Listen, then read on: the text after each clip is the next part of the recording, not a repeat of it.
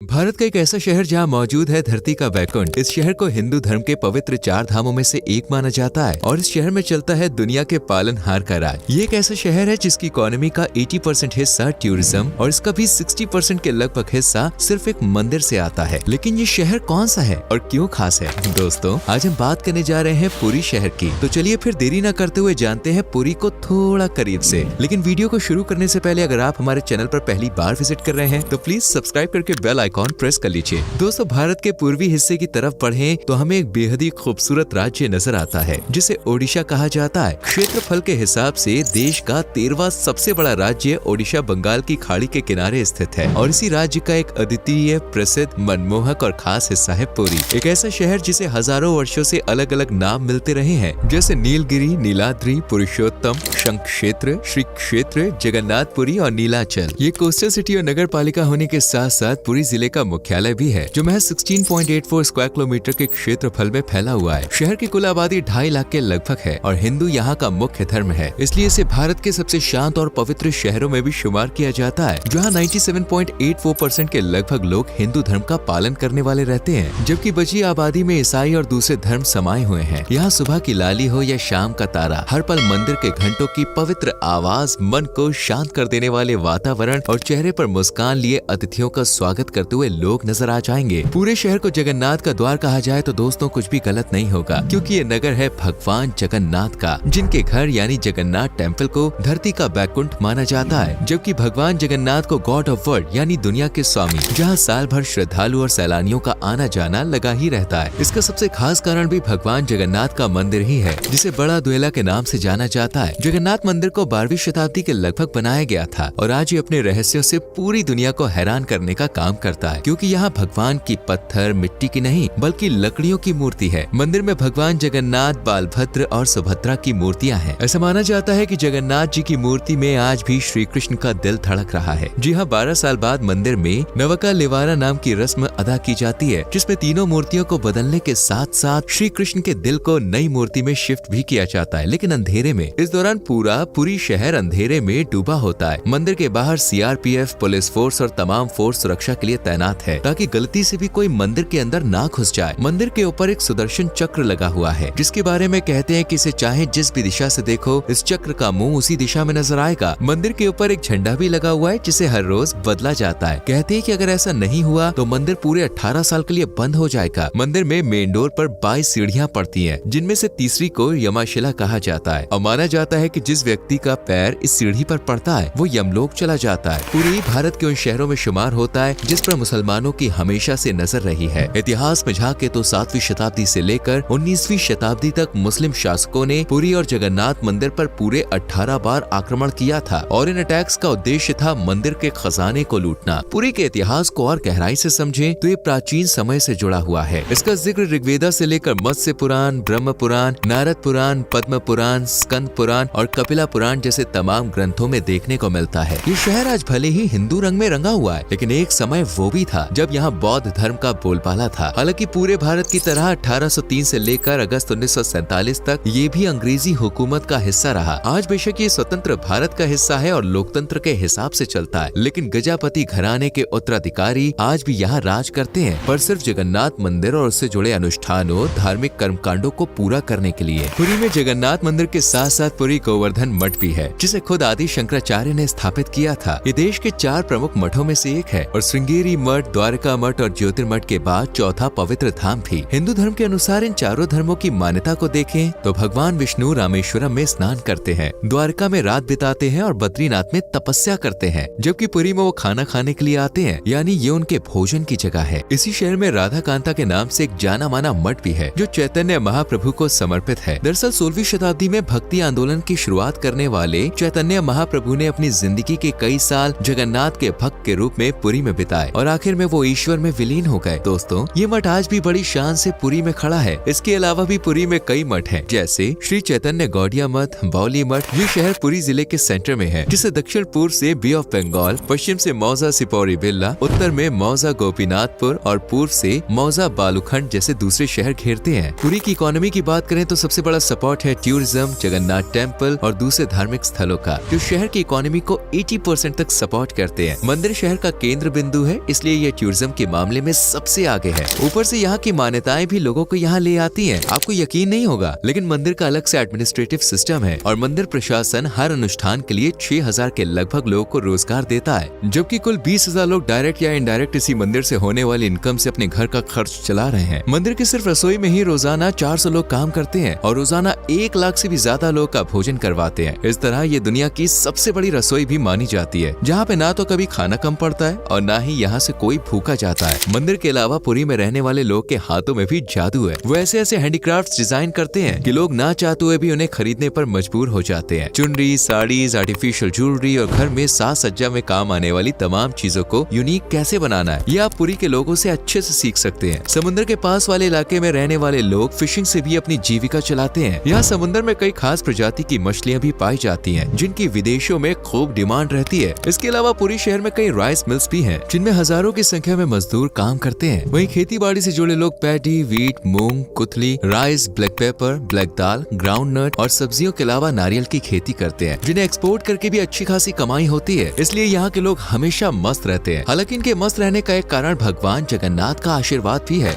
क्योंकि पुरी के लोग का मानना है कि जगन्नाथ जी सबको देख रहे हैं। वैसे अगर आप यहाँ घूमने जाते हैं तो आपको भी एक अलग ही पवित्रता महसूस होगी। कहते हैं कि यहाँ की हवा में जो पॉजिटिव वाइब्स है वो दुनिया में कहीं भी नहीं मिल सकती। घूमने के लिए सबसे पहले तो आप जगन्नाथ मंदिर तो जाएंगे ही। इसके बाद है श्री गुंडीचा टेम्पल, जिसे जगन्नाथ के गार्डन हाउस के नाम से भी जाना जाता है। ये एक बगीचे के बीच में स्थित चारों तरफ से ऊंची ऊंची दीवारों से घिरा हुआ है। हल्के भूरे रंग के बलुआ पत्थर से डिजाइन इस मंदिर की वास्तुकला दोस्तों देखते ही बनती है। इसके बाद है पुरी का डिस्ट्रिक्ट म्यूजियम, जहाँ मूर्तियाँ, प्राचीन कपड़े, पेंटिंग, ताड़पत्ता, पांडुलिपियाँ और दूसरी कई प्राचीन चीजें हैं जो आपको सिर्फ यहीं देखने को मिलेंगी। वैसे घूमने के लिए रघुनंदन लाइब्रेरी भी कुछ कम नहीं है। पुरी की एक ऐतिहासिक जगह जहाँ जगन्नाथ जी से जुड़ी कई पांडुलिपियाँ हैं। पुरी से तकरीबन 37 किलोमीटर की दूरी पर चिलिका लेक भी मौजूद है, जिसे खारे पानी की सबसे बड़ी इनलैंड लेक माना जाता है। झील का क्रिस्टल से भी क्लियर पानी और आसपास की वादियाँ किसी का भी मन मोहने के लिए काफी है। वैसे पुरी में घूमने का मजा तब और ज्यादा आ जाता है जब त्योहारों का सीजन हो, लेकिन इसके लिए भी आपको इंतजार करने की जरूरत नहीं है, क्योंकि पुरी में लगभग हर दिन ही त्योहार होता है। शहर में 24 के लगभग त्योहार मनाए जाते हैं, जिनमें से 13 मेन है और सबसे मेन है पुरी की रथ यात्रा। हर साल जून जुलाई महीने में इस यात्रा को निकाला जाता है। ये असल में भगवान जगन्नाथ, उनके भाई बलभद्र और बहन सुभद्रा की यात्रा होती है, जिसे पुरी सहित पूरे ओडिशा में घुमाया जाता है। इसके अलावा यहाँ चंदन यात्रा, बहुदय यात्रा, श्री बालभद्र बर्थ एनिवर्सरी, प्रार्थना यात्रा, पुष्य विशेका,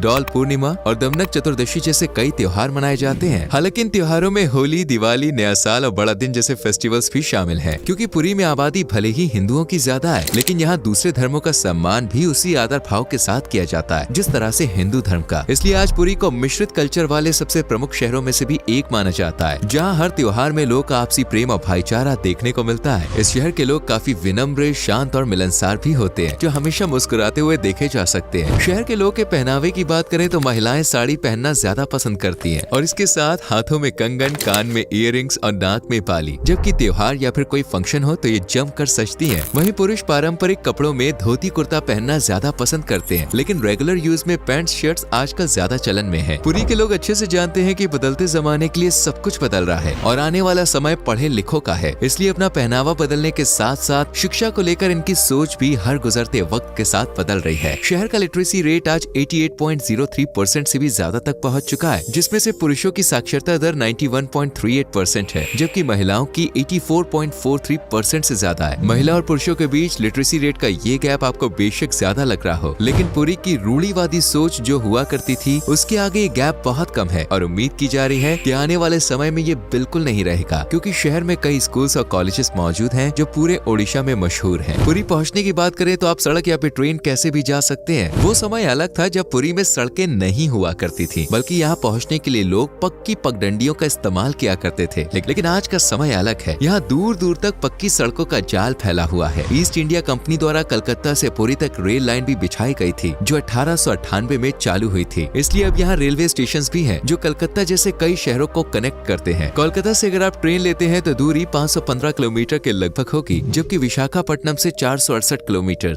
हालांकि पुरी में एक भी एयरपोर्ट नहीं है, लेकिन जल्द ही ये भी हो जाएगा, क्योंकि ओडिशा महाराष्ट्र सरकार इसके लिए पुरजोर कोशिश कर रही है। यानी आने वाले समय में आप यहाँ सड़क या रेलवे के जरिए ही नहीं बल्कि एरोप्लेन के जरिए भी पहुँच जाएंगे। वैसे यहाँ पर घूमने के लिए आपको 30 से 40 हजार रूपए चाहिए। अगर आप बजट फ्रेंडली हैं तो 20 हजार में भी काम हो जाएगा। दोस्तों पुरी के बारे में आज सिर्फ इतना ही, लेकिन ये शहर और इससे जुड़ी ये बातें आपको कैसी लगी और आप पुरी कब जाने वाले हैं हमें कमेंट में जरूर बताएं। वीडियो अच्छी लगी हो तो प्लीज लाइक और शेयर करके चैनल को सब्सक्राइब करें और बेल आइकॉन प्रेस करें जिससे आने वाली वीडियोस आपसे मिस ना हो। मिलते हैं अगली वीडियो में। Till then bye bye, take care.